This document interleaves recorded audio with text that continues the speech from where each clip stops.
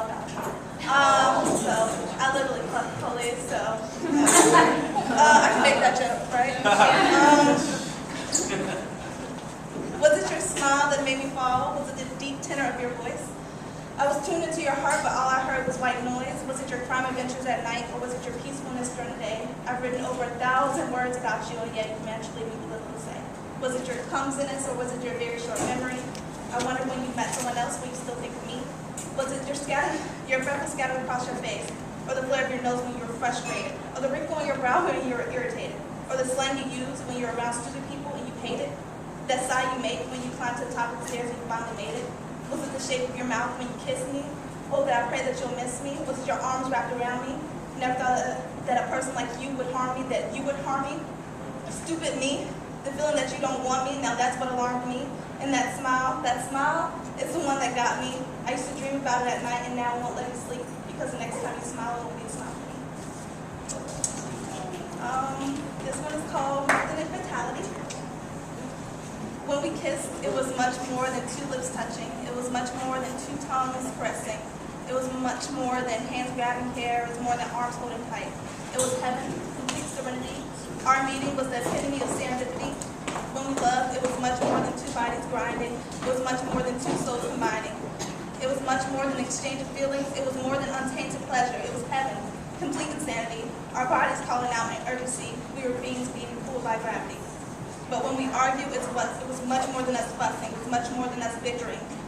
It was more than two different people's opinions. It was more than two people being stubborn. It was hell, complete agony, the battle raging between us internally outburst into brutality. And when we were over, it was so much more than my heart breaking. It was so much more than me suffering. It was more than the throbbing in my chest. It was more than the feeling of anguish. It was hell, a complete tragedy. It was disastrously a final blow, and our love had suffered a brutality. So I'm wondering, how can something that had started out so light and blissful end unhappy?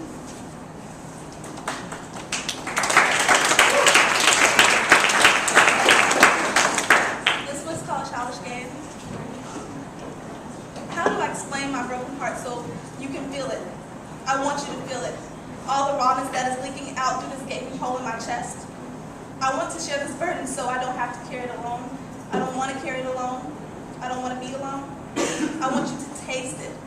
Have your mind ripped to shreds by memories that you can't forget. There are recollections of us that are printed into my soul, and I would give anything to claw it out of me.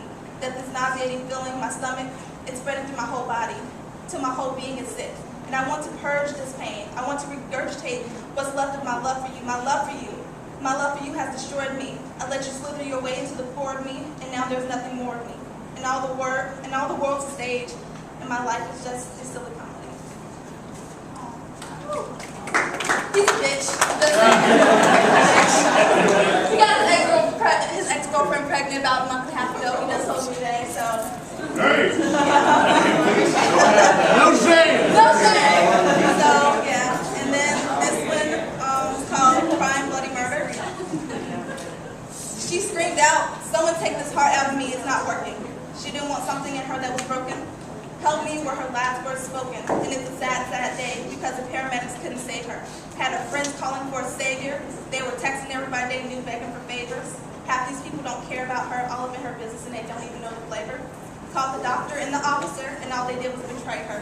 But when she came back to life, it was with bad behavior. See, heartbreak and hell were her next-door neighbors. Only the assholes and the cowards craved her.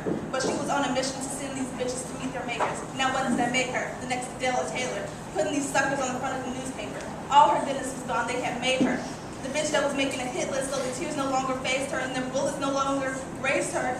The sweet girl they had known was long dead, they had buried her. And the rude bitch came back in her place. And there's nothing scarier than a broken heart girl with a